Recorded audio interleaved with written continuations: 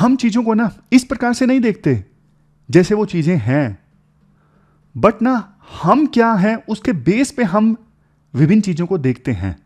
Confuse हो गई ये कोट सुन के? अनाइस नीन का ये कोट है। मैं आपको एग्जाम्पल की सहायता से बताता हूँ। देखो, डेली बेसिस पे हम ना इतने इतने इश्यूज डिस्कस करते हैं। जैसे कई बार सब्सिडी का इशू डिस्कस किया कि सब्सिडी देनी चाहिए नहीं देनी चाहिए, फ्रीबीज देनी चाहिए नहीं देनी चाहिए। तो बहुत बार ऐसा होता है हम सबके व्यूज ना अलग अलग होते हैं उन इश्यूज पे। क्यों अलग अलग होते हैं?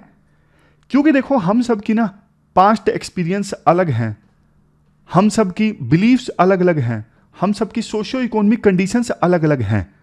तो अगर देखो कोई स्टूडेंट ऐसा है जिसने अपने आस पड़ोस में देखा है कि सब्सिडी का किस प्रकार से मिसयूज हो रहा है, करप्शन हो रहा है, कोई फायदा नहीं हो रहा, और किसी परिवार को सब्सिडी मिल रही है तो उसमें जो मेल हेड है वो शराब पीकर पैसे उड़ा देता है और कोई इंप्रूवमेंट नहीं हो रही है, तो वो स्टूडेंट बोलेगा सब्सिडी नहीं देनी चाहिए। समझ रहे हो? मतलब अलग अलग लोगों का क्या एक्सपीरियंस रहा है चीज़ों के बारे में, क्या बिलीव्स हैं, उन्होंने अपने आस पड़ोस में क्या देखा है, उनकी अपनी सोशियो इकोनॉमिक कंडीशंस कैसी हैं, उसके बेस पे हम विभिन्न चीज़ों को देखते हैं।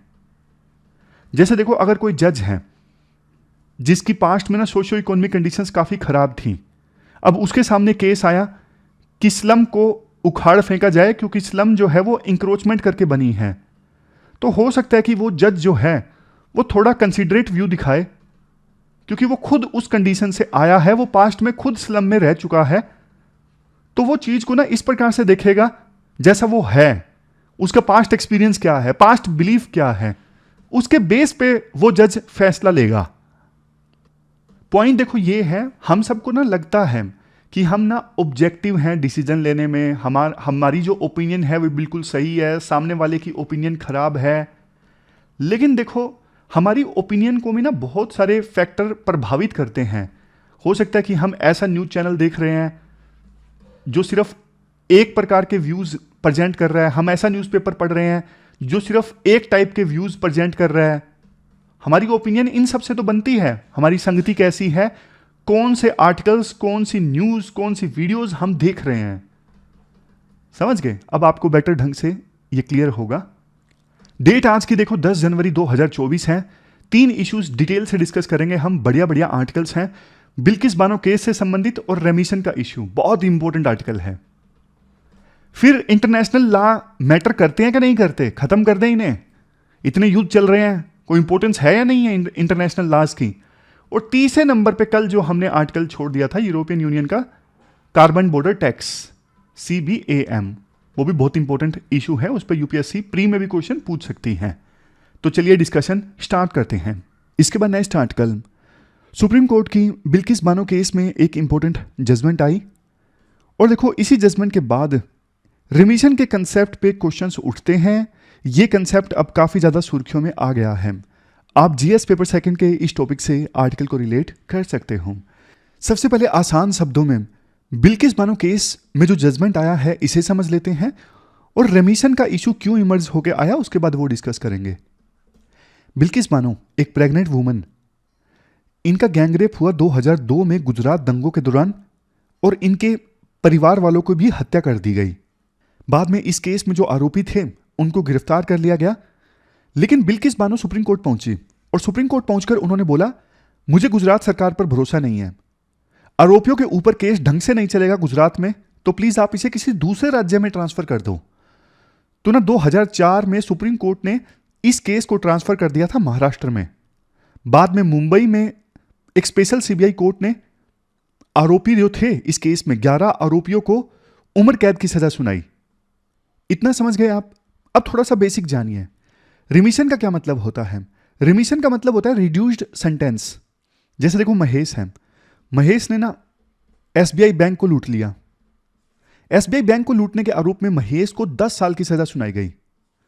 लेकिन देखो महेश ने ना जेल में बहुत अच्छा काम किया, जो हिंदी फिल्मों में दिखाते हैं ना, दूसरी कैदियों की मदद करना, दूसरे कैदियों को पढ़ाना, बहुत बढ़िया कम्युनिटी सर्विस की, पेड़ पौधे उगाए जेल के अंदर। तो ना ये जो काम अच्छे किए ना महेश ने, इसकी वजह से महेश की सजा घटा के 8.5 ईयर्स हो गई, यानी 1.5 साल महेश की सजा माफ हो गई क्योंकि महेश ने जेल में अच्छा काम किया। इसे ही कहते हैं रेमिशन। रेमिशन का मतलब होता है अच्छे काम के कारण सजा का कम हो जाना। अब फिर से आते हैं बिल्किस बानो केस में। देखो बिल्किस बानो केस में क्या हुआ, 11 आरोपियों को, 11 कन्विक्ट्स को वैसे तो उम्र कैद की सजा सुनाई गई थी, लेकिन पिछले साल 2023 में ना सुप्रीम कोर्ट में 2 जजेस की एक बेंच का फैसला आया, डिसीजन आया कि वो स्टेट जहां पे क्राइम हुआ है और जहां पे अभी फिलहाल प्रिजनर्स हैं, वो स्टेट डिसाइड करेगा कि रिमिशन देना है कैदियों को या फिर नहीं देना है। तो सुप्रीम कोर्ट की इस जजमेंट के बाद में गुजरात सरकार ने इन 11 कन्विक्ट्स को अच्छे आचरण के कारण इनको रिमिशन दे दिया, यानी जेल से रिहा कर दिया। बाद में देखो ऐसी तस्वीरें आई थी मिठाई बांटते हुए की, ये देखो ये तस्वीरें वायरल हुई थी और बहुत सारे लोगों ने बोला कि गैंग रेप के जो कन्विक्ट्स हैं वो बाहर आए हैं, मिठाई बांटी जा रही है, ये तो रूल ऑफ लॉ के अगेंस्ट है, नहीं होना चाहिए था, ये तो समाज पे एक कलंक के समान है, कैसे गैंग रेप के आरोपी अगर बाहर आते हैं तो मिठाइयां बांटी जा सकती हैं। तो अब क्या हुआ, ये सब हो गया, गुजरात सरकार ने इन सभी कन्विक्ट्स की सजा को रिड्यूस कर दिया, रिमिशन दे दिया इनको अच्छे आचरण के नाम पर। तो ना बिल्किस बानो फिर से सुप्रीम कोर्ट में पहुंची और सुप्रीम कोर्ट में जाकर कहा कि ना आप गुजरात सरकार के फैसले को रिव्यू कीजिए, यह फैसला सही नहीं है। तो सुप्रीम कोर्ट ने ना अब जजमेंट दिया है लेटेस्ट इसी केस में। सुप्रीम कोर्ट ने ना बहुत कड़े शब्दों का इस्तेमाल किया और बोला कि सबसे पहली बात, सुप्रीम कोर्ट का जो पिछले साल का जजमेंट था ना, जिसमें सुप्रीम कोर्ट ने यह बोल दिया था जहां पे क्राइम हुआ और जहां पे अभी प्रिजनर्स हैं वही स्टेट फैसला करेगा कि कैदियों को यानी प्रिजनर्स को रिमिशन देना है, उनकी सजा कम करनी है या फिर नहीं करनी है। तो लेटेस्ट सुप्रीम कोर्ट का जो जजमेंट आया है, इसमें सुप्रीम कोर्ट ने कहा है पिछले साल का जजमेंट गलत था, क्योंकि देखो 5 जजेस की बेंच का जजमेंट आया था 2015 में। यहां पे देखो मैं आपको दिखाता हूं, ये देखो ये 2015 का जजमेंट था, union of India versus Sriharan case. इस केस में ना 5 जजेस की बेंच ने एक वर्डिक्ट दिया था, वो स्टेट जहां पे कोर्ट ने सजा सुनाई है, वो स्टेट जहां पे कोर्ट ने सजा सुनाई है वही स्टेट गवर्नमेंट डिसाइड करेगी कि प्रिजनर्स को छोड़ना है या फिर नहीं छोड़ना है। तो बिल्किस बानो के केस में कहां पे सजा सुनाई गई थी आप बताइए? महाराष्ट्र में सजा सुनाई गई थी। तो महाराष्ट्र की सरकार डिसाइड करेगी कि प्रिजनर्स को छोड़ना है या फिर नहीं छोड़ना है, उनकी सजा कम करनी है या फिर नहीं करनी है।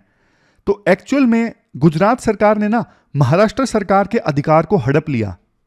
पिछले साल का सुप्रीम कोर्ट का जजमेंट गलत था, वो 2 जजेस की बेंच ने दिया था और 2 जजेस की बेंच ने ना पुराना 2015 का वर्डिक्ट कंसीडर नहीं किया, जिसमें साफ तौर पर बोला गया कि वो स्टेट जहां पे कन्विक्ट्स को सजा सुनाई गई वही स्टेट की सरकार जो है डिसाइड करेगी रिमिशन देना है या फिर नहीं देना है। तो उस हिसाब से देखो बिल्किस बानो केस में गुजरात सरकार का हक बनता ही नहीं था। तो सुप्रीम कोर्ट ने बोल दिया है कि 11 के 11 जो कन्विक्ट्स हैं वो 2 हफ्तों के अंदर अंदर फिर से जेल में आ जाएं, सरेंडर कर लें, और उनको जो रिमिशन दिया गया है हम उसे रिजेक्ट करते हैं। और महाराष्ट्र सरकार को कहा है कि आप इनके रिमिशन पर फैसला लें। चलो ये तो डिस्कस कर लिया हमने, बिल्किस बानो केस तो डिस्कस हो गया। अब बात आती है रिमिशन के कंसेप्ट की। जैसा मैंने आपको बताया, रिमिशन मतलब रिड्यूस्ड सेंटेंस्ड।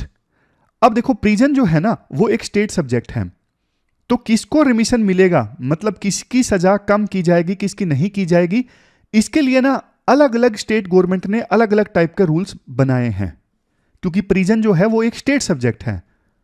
महाराष्ट्र सरकार के अलग रूल्स हैं किसकी सजा को कम किया जा सकता है, उत्तर प्रदेश सरकार के अलग रूल्स हैं, कैसा आचरण अगर कैदी करे जेल में तो उसके बेस पे सजा कम की जा सकती है। देखो रिमिशन का जो कंसेप्ट है ना ये रिहैबिलिटेटिव जस्टिस पर आधारित है। रिहैबिलिटेटिव जस्टिस का उद्देश्य ये होता है, अब जिसने अपराध किया है उसको जेल में इसलिए बंद किया जाए क्योंकि ना उस पर्सन में यानी कन्विक्ट में रिफॉर्म्स लाने की आवश्यकता है। तो अगर देखो जेल में रिफॉर्म आ जाते हैं, वो बंदा ठीक हो जाता है, तो मतलब उद्देश्य पूरा हुआ, तो इसलिए अब उसकी सजा को कम कर दिया जाए। रेट्रिब्यूटिव जस्टिस ये होता है जिसने जो किया वो भरेगा। अगर किसी ने गलत काम किया तो उसकी सजा उसको मिलनी चाहिए, सीधी सी बात है। समझ गए? तो रिमिशन का कंसेप्ट किस पर आधारित है? रिहैबिलिटेटिव जस्टिस, कि प्रिजनर्स में रिफॉर्म लेके आओ, और रिफॉर्म आ जाते हैं तो उसकी सजा कम करो। देखो 2000 का ना सुप्रीम कोर्ट का एक verdict, Laxman Naskar versus State of West Bengal, इस केस में ना सुप्रीम कोर्ट ने कुछ गाइडलाइंस रखी थी। सुप्रीम कोर्ट ने यह गाइडलाइंस रखी थी कि विभिन्न स्टेट गवर्नमेंट्स जब कैदियों की रिमिशन को कंसीडर करें ना, जब यह कंसीडर करें कि किसी कैदी को रिमिशन देना है या फिर नहीं देना है, तो स्टेट गवर्नमेंट्स ये सब चीजें कंसीडर करें। जैसे कि अगर सजा कम की जाती है तो क्या कोई चांस है कि वो पर्सन बाहर जाके फिर से क्राइम करेगा? आप ये भी देखो, जिस प्रिजनर को छोड़ना है, क्या उसके पास पोटेंशियल है कि वो बाहर जाके फिर से क्राइम कर सके? मतलब उसके पास रिसोर्स हैं? फिर आप ये भी देखो, क्या उस कन्विक्ट को थोड़ा और समय के लिए जेल में रखकर कोई पर्पस सर्व होगा या नहीं होगा? ये भी देखो आप कि जिसकी रिमिशन रिक्वेस्ट को आप कंसीडर कर रहे हो, उसकी सोशियो इकोनॉमिक कंडीशंस कैसी हैं, क्या उसका परिवार बहुत ज्यादा गरीब है या फिर नहीं है। तो ये सब चीजें आप देखो, उसके बेस पे आप डिसाइड करो कि आपको किसी प्रिजनर को रिमिशन देना है, उसकी सजा कम करनी है या फिर नहीं करनी है। अब राइटर कहते हैं देखो ये सारे जो फैक्टर्स हैं ना काफी सब्जेक्टिव हैं। मतलब कैसे पता लगेगा कि जिस प्रिजनर को छोड़ा जा रहा है उसमें पोटेंशियल है या नहीं है? कैसे पता लगेगा कि वो दोबारा क्राइम करेगा या नहीं करेगा? ये सब्जेक्टिव चीजें हैं। सब्जेक्टिव चीजें हैं, इस वजह से कई बार स्टेट गवर्नमेंट किसी कैदी को छोड़ती है ना, बहुत आर्बिट्ररी ढंग से छोड़ती है, विदाउट एप्लीकेशन ऑफ माइंड, कोई दिमाग नहीं लगाती, अपनी मर्जी के हिसाब से कैदी को छोड़ देती है। इवन कई बार ना स्टेट गवर्नमेंट कमेटी बना देती है कि कमेटी बना दी, ये कमेटी अब डिसाइड करेगी कि किस किस कैदी को रिमिशन देना है, किसको नहीं देना है। इस प्रकार की कमेटीज बिना ट्रांसपेरेंट ढंग से काम नहीं करती, बस अपने मूड पे काम कर देती हैं। किसी कैदी को अगर कोई पॉलिटिकल अप्रोच आई है तो उसको छोड़ दिया जाए, अगर मन में नहीं है आज कुछ बढ़िया खाना नहीं खाया तो कैदी को नहीं छोड़ते हैं। इस प्रकार की चीजें चलती हैं। इसी वजह से देखो 2006 में ना सुप्रीम कोर्ट का एक वर्डिक्ट आया, Ipuru Sudhakar versus State of Andhra Pradesh case में।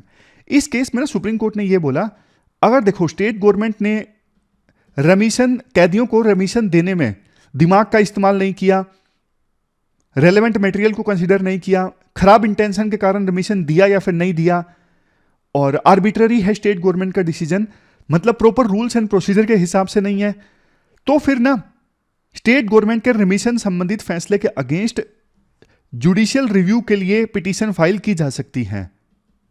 यह सुप्रीम कोर्ट ने बोला था 2006 में। भाई ये रीजंस हैं, अगर स्टेट गवर्नमेंट ने रिमिशन देने में ये गलतियां की हैं तो कोर्ट में फिर पिटीशन फाइल की जा सकती है स्टेट गवर्नमेंट के रिमिशन संबंधित फैसले के अगेंस्ट। लेकिन देखो दिक्कत पता क्या है, काफी बार ना स्टेट गवर्नमेंट रीजंस देती ही नहीं है कि हम क्यों कैदियों को रिमिशन दे रहे हैं या फिर नहीं दे रहे हैं, क्यों एप्लीकेशन एक्सेप्ट कर रहे हैं रिमिशन की या फिर रिजेक्ट कर रहे हैं। स्टेट गवर्नमेंट रीजन बताती नहीं, रीजन नहीं बताएगी तो पता कैसे लगेगा कि स्टेट गवर्नमेंट ने कौन से फैक्टर्स कंसीडर करके डिसीजन लिया है। अब गुजरात वाला केस देख लीजिए, बिल्किस बानो का, 11 के 11 जो कन्विक्ट थे ना, सबको गुजरात सरकार ने रिमिशन दिया, और रिमिशन देने में सबको सेम टू सेम कॉपी दी गई है, सारी लाइनें सेम हैं। तो मतलब देखो, क्या सबका केस सेम है? क्या सभी का आचरण बिल्कुल सेम है जेल के अंदर, और बिल्कुल वर्डिंग भी सेम? इसका मतलब तो सीधे सीधे ये है ना, गुजरात सरकार ने माइंड का इस्तेमाल किया ही नहीं रिमिशन देते वक्त। लास्ट में राइटर ये कहते हैं, आज ना इंडिया में कुछ स्टेट गवर्नमेंट्स की रिमिशन संबंधित पॉलिसीज ऐसी हैं कि कुछ कैटेगरी के अपराधियों को रिमिशन दिया ही नहीं जाता। जैसे देखो महाराष्ट्र में ना, अगर 12 साल से कम उम्र की बच्ची का रेप हुआ है तो उस केस में कंडीशन ये है कि आरोपी ने कम से कम 20 साल जेल में बिताए हों तभी रिमिशन कंसीडर करेंगे, अदरवाइज नहीं करेंगे। जैसे पंजाब में एक रूल है, एंटी सिख राइट्स के आरोप में अगर किसी सजा सुनाई गई है ना तो उसका रिमिशन कंसीडर करेंगे ही नहीं। और अगर कोई ड्रग्स के केस में अपराधी है तो कम से कम 25 साल उसे जेल में बिताने होंगे तभी उसका रिमिशन कंसीडर किया जाएगा। तो राइटर ये बोलते हैं कि देखो रिमिशन किस बेस पे दिया जा रहा है वो ज़्यादा इफेक्टिव होना चाहिए, बजाय कि कुछ कैटेगरीज में अगर अपराध किया है तो रेमिशन पूरी तरह से रिजेक्ट कर दिया जाए, वो चीज़ सही नहीं है। अगर देखो रिहेबिलिटेटिव जस्टिस की बात करें, कोई जेल में जाके पूरी तरह से सुधर गया है और प्रॉपर पैरामीटर्स हैं ये जज करने के लिए कि हाँ वो पर्सन सुधरा है, तो उसे उसकी सज़ा कम होनी चाहिए, बेशक उसने कोई भी अपराध किया हो, ऐसा राइटर का मानना है। मतलब रेमिशन क्यों दिया जा रहा है ये हमें अच्छे से जज करना है, रेमिशन देने के पैरामीटर्स क्या हैं उस पे हमें काम करना चाहिए। ये पूरा आर्टिकल हमने डिस्कस किया रेमिशन से संबंधित। चलते हैं आगे। इसके बाद देखो नेक्स्ट आर्टिकल इंटरनेशनल लॉ से संबंधित है। इंटरनेशनल लॉ क्यों मैटर करते हैं, ये क्वेश्चन देखो इसलिए खड़ा होता है क्योंकि जहां एक तरफ इजराइल हमास के बीच में युद्ध चल रहा है, वहीं दूसरी तरफ यूक्रेन रशिया के बीच में युद्ध चल रहा है, तो क्या इंटरनेशनल लॉ की वजह से कुछ फर्क पड़ा है? क्या कुछ इंटरनेशनल लॉज का रेलेवेंस है कि वो इन युद्ध को रोक पाया, या फिर युद्ध होने के बाद में कुछ एक्शन लिया गया हो इंटरनेशनल लॉज के अकॉर्डिंग? कुछ भी तो नहीं हुआ। तो इसी वजह से ये क्वेश्चन इमर्ज होके आता है, इंटरनेशनल लॉज की कोई रेलेवेंस है भी या नहीं है। आप जीएस पेपर 2 के इस टॉपिक से आर्टिकल को रिलेट कर सकते हो। देखो पहले ना हम उन पॉइंट्स को डिस्कस करते हैं कि इंटरनेशनल लॉज की रेलेवेंस क्यों नहीं है। सबसे पहली बात, इन्फोर्समेंट चैलेंजेस। देखो जैसे हमारे देश के अंदर ना कानून है कि अगर ए पर्सन ने बी का मर्डर किया तो ए पर्सन को उम्र कैद होगी या फिर फांसी की सजा सुनाई जाएगी। अब देखो सजा इंश्योर करने के लिए ना प्रॉपर क्रिमिनल जस्टिस सिस्टम है, पुलिस है, कोर्ट है, बाद में प्रिजन्स हैं, इन्फोर्समेंट होता है ना कानून का। लेकिन ना इंटरनेशनल लॉज का इन्फोर्समेंट नहीं होता।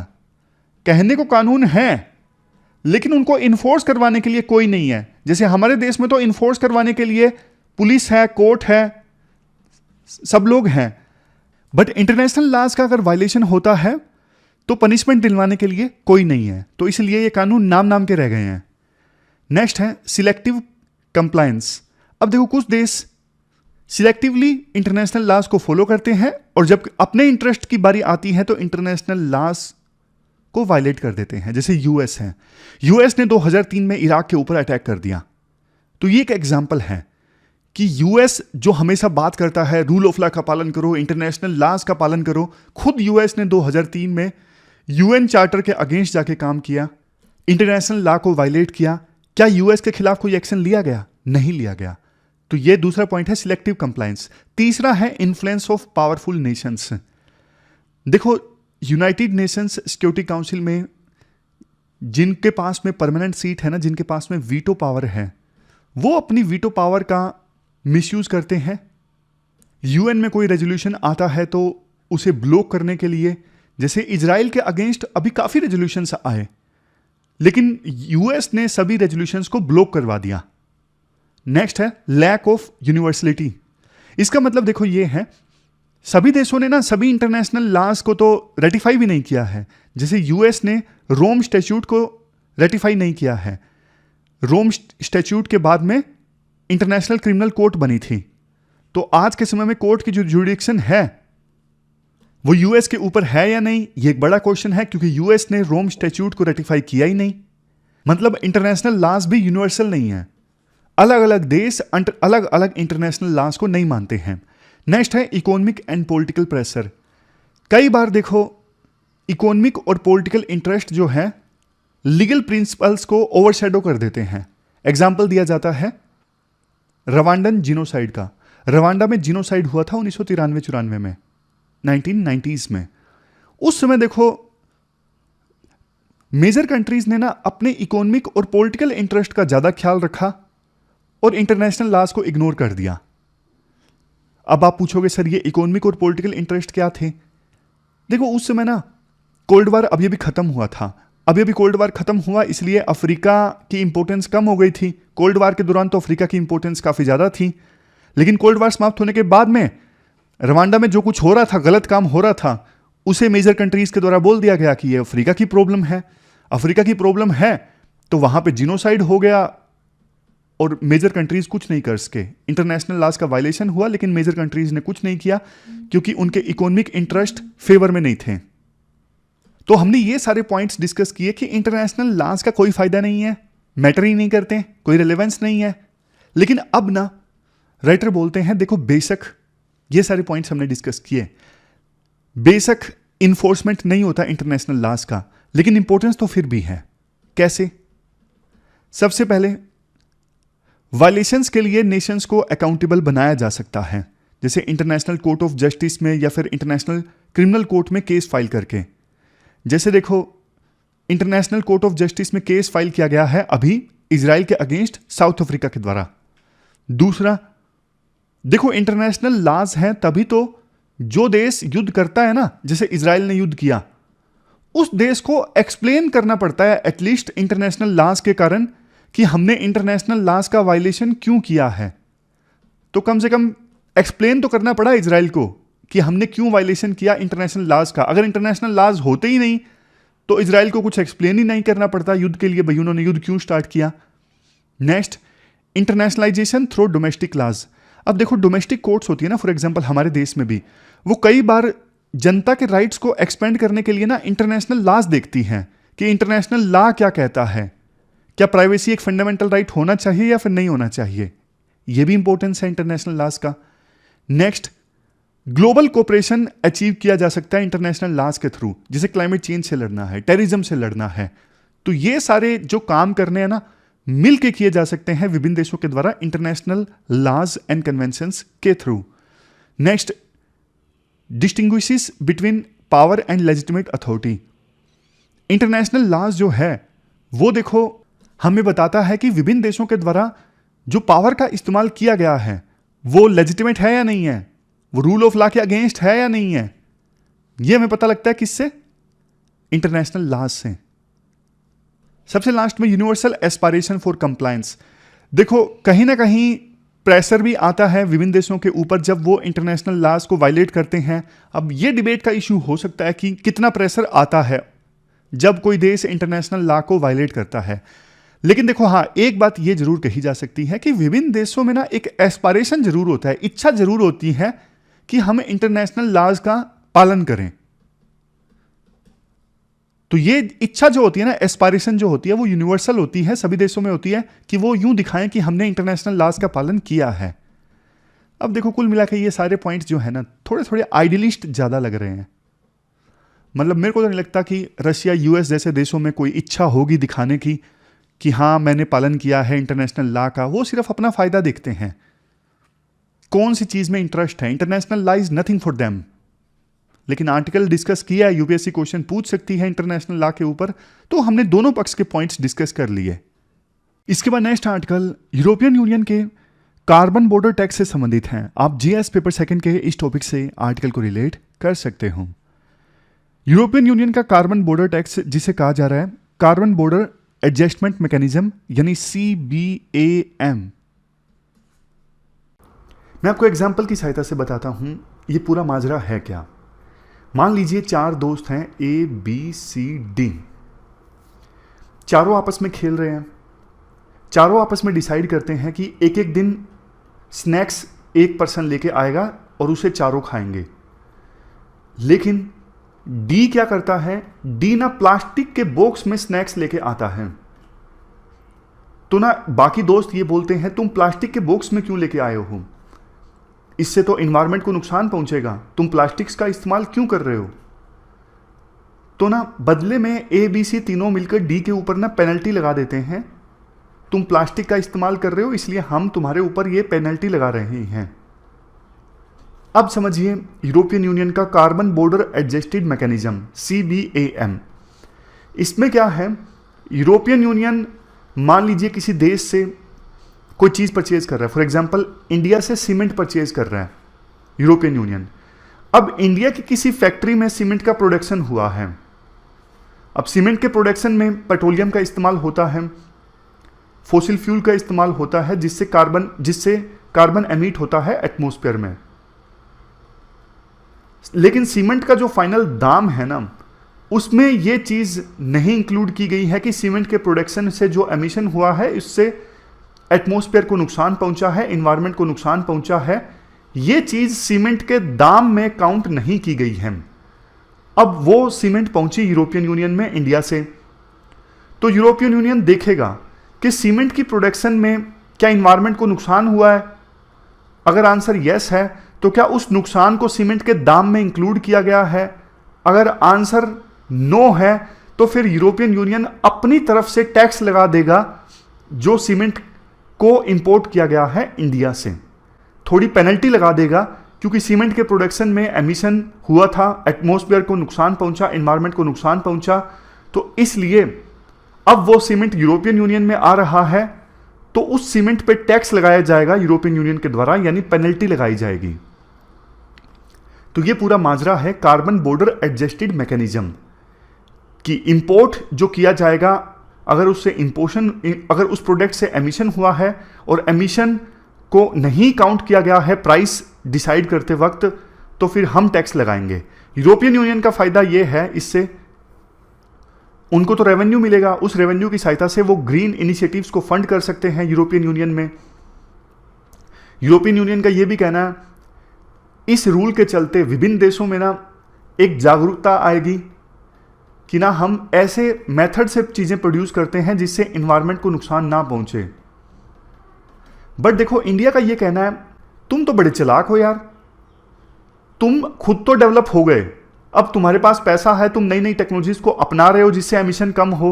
हम तो भैया अभी डेवलप कर रहे हैं ना, हम पुराने मेथड से चीजें अभी प्रोड्यूस करते हैं। एकदम से तुम हमें ये बोलोगे कि आप ऐसे मेथड से चीजें प्रोड्यूस कीजिए जिससे एमिशन हो ही ना, हमारे लिए बस की बात नहीं है एकदम से, ये समझ गए। और एक कंसेप्ट जो होता है ना, common but differentiated responsibility, common but differentiated responsibility, CBDR, इसका मतलब ये है पास्ट में जो एमिशन हुआ है जिसकी वजह से अभी क्लाइमेट चेंज देखने को मिल रहा है, उसके लिए कौन रिस्पॉन्सिबल है? डेवलप कंट्रीज, क्योंकि इन्होंने खुल के एमिशन किया पहले। अब थोड़ी जागरूकता आ गई तो ये डेवलपिंग कंट्रीज को बोल रहे हैं कि आप एमिशन खत्म कीजिए, बंद कीजिए। भैया अभी तो हमारी बारी आई है डेवलप होने की यार, अभी से तुम बोल रहे हो। तो कंसेप्ट निकल के आता है कॉमन बट डिफरेंशिएटेड रिस्पॉन्सिबिलिटी, कि क्लाइमेट चेंज को एड्रेस करना ये सबकी रिस्पॉन्सिबिलिटी है, बट डिफरेंशिएटेड है। डेवलप कंट्रीज की ज्यादा है, डेवलपिंग कंट्रीज की कम है, क्योंकि ज्यादा गलतियां ही डेवलप कंट्रीज ने की हैं। अब इस रूल से इंडिया को नुकसान क्या होगा? इंडिया को नुकसान देखो ये होगा, हमारा 1/3 जो स्टील, एल्यूमिनियम, आयरन और इनका जो एक्सपोर्ट है ना, वो इन्हीं को होता है, यूरोपियन यूनियन कंट्रीज को। अब ये टैक्स लगा देंगे 19.8% से लेके 52.7%, तो हमारे प्रोडक्ट्स कम कॉम्पिटिटिव हो जाएंगे, वहां पे हमारे मैन्युफैक्चरर्स को नुकसान होगा जो यूरोपियन यूनियन के देशों में ये सब चीजें भेज रहे थे। इस प्रकार से देखो हमने CBAM के बेसिक्स तो समझ लिए।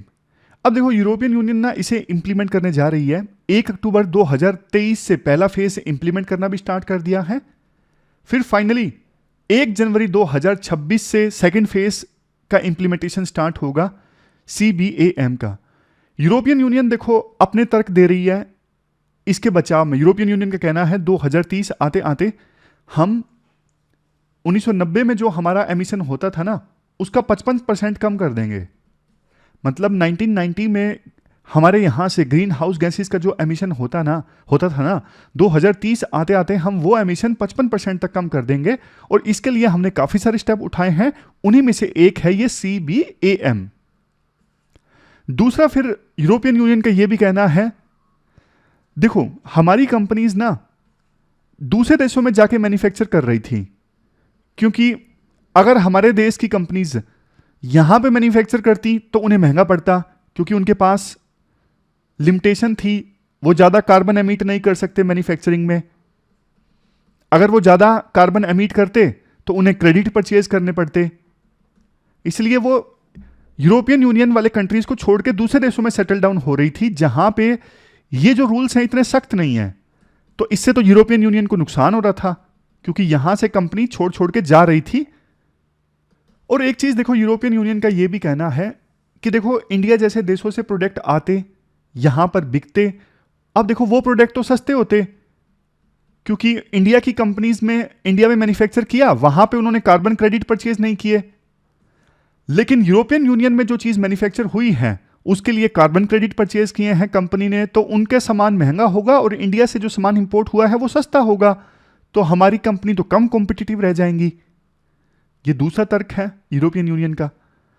फिर देखो राइटर एक चीज ये बोलते हैं, इस पूरे चीज को इंप्लीमेंट करने में ना जो 1 जनवरी 2026 से इंप्लीमेंट होगी, अभी तो पहले फेज में तो यूरोपियन यूनियन ने सिर्फ ये बोला है विभिन्न कंपनीज को कि आप बताइए जो भी चीज आप इंपोर्ट कर रहे हो आप ना कैलकुलेट कीजिए, डॉक्यूमेंटेशन कीजिए कि उनमें कितना एमिशंस हैं। फाइनली 1 जनवरी 2026 से फिर बोला जाएगा विभिन्न कंपनीज को कि आप क्रेडिट्स का सर्टिफिकेट प्रोड्यूस कीजिए। अभी तो सिर्फ डॉक्यूमेंटेशन के लिए बोला जा रहा है कि जो प्रोडक्ट आप इंपोर्ट कर रहे हो उसकी आप डॉक्यूमेंटेशन कीजिए, कितना एमिशन उसमें इन्वॉल्व है। राइटर कहते हैं देखो इंडिया में ना कार्बन ट्रेडिंग वाला जो मैकेनिज्म है ना वो 2022 दिसंबर में आया कि विभिन्न कंपनीज जो ज्यादा कार्बन प्रोड्यूस करती हैं वो फिर वो कार्बन क्रेडिट परचेज कर लें। ये काफी लेट आया, 2022 के लास्ट में आया है, अभी भी इसका ढंग से इंप्लीमेंटेशन नहीं हुआ है। तो देखो दिक्कत तो आएगी, क्योंकि अभी हमारे देश में जो प्रोडक्ट्स प्रोड्यूस होते हैं पता ही नहीं होता कि कितना एमिशन हुआ है कितना नहीं हुआ है, क्योंकि कार्बन क्रेडिट वाला सिस्टम अभी पूरी तरह से इंप्लीमेंटेड नहीं है हमारे देश में। फिर राइटर एक बात ये बोलते हैं, हमारे कॉमर्स मिनिस्टर पीयूष गोयल का कहना है यूरोपियन यूनियन का ये रूल तो देखो इंडियन मैन्युफैक्चरिंग के लिए डेथ नेल के समान है, मौत की घंटी के समान है, क्योंकि हम जो ये सारी चीजें एक्सपोर्ट करते हैं ना, आयरन, स्टील, एल्यूमिनियम, इसका देखो 27% तो हमने 2022 में यूरोपियन यूनियन को एक्सपोर्ट किया, जिसकी कीमत $8.2 बिलियन थी।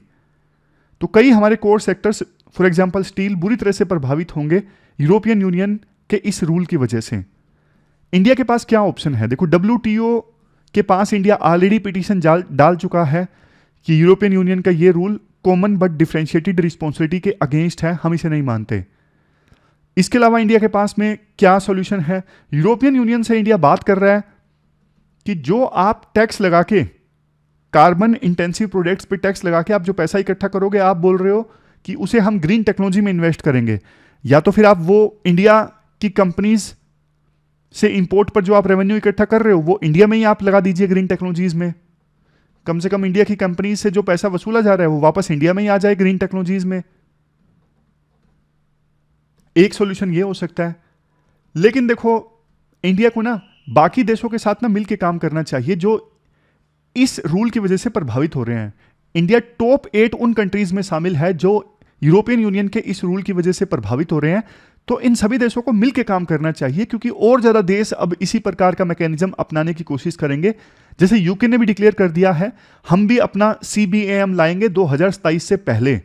तो ये देखो इंडिया के एक्सपोर्ट के लिए अच्छी चीज नहीं है। तो ये पूरा आर्टिकल हमने डिस्कस किया CBAM से संबंधित। अब लास्ट में क्वेश्चंस देख लेते हैं। ये 2 क्वेश्चंस लास्ट में आपको अटेम्प्ट करने हैं। एक तो देखो इंटरनेशनल लॉ से संबंधित और फिर दूसरा रेमिशन से संबंधित। दोनों क्वेश्चंस का आंसर आपको 250 वर्ड्स में देना है। pwonlyas.com पे जाके आप क्वेश्चंस का आंसर दे सकते हो। अब लास्ट में आपको PDF बता देता हूं कहां से PDF मिलती है। देखो एक तो टेलीग्राम चैनल पे मिलती है, फिर से ड्राइव का लिंक मैं पोस्ट कर दूंगा टेलीग्राम चैनल पे। लेकिन वेबसाइट पे आप जाओगे ना pwonlyas.com पे, वहां पे आप फ्री रिसोर्सेज पे क्लिक करोगे। फ्री रिसोर्सेज पे आपने क्लिक कर दिया। अब नीचे जाओगे, ये देखो एडिटोरियल की समरी यहां पर।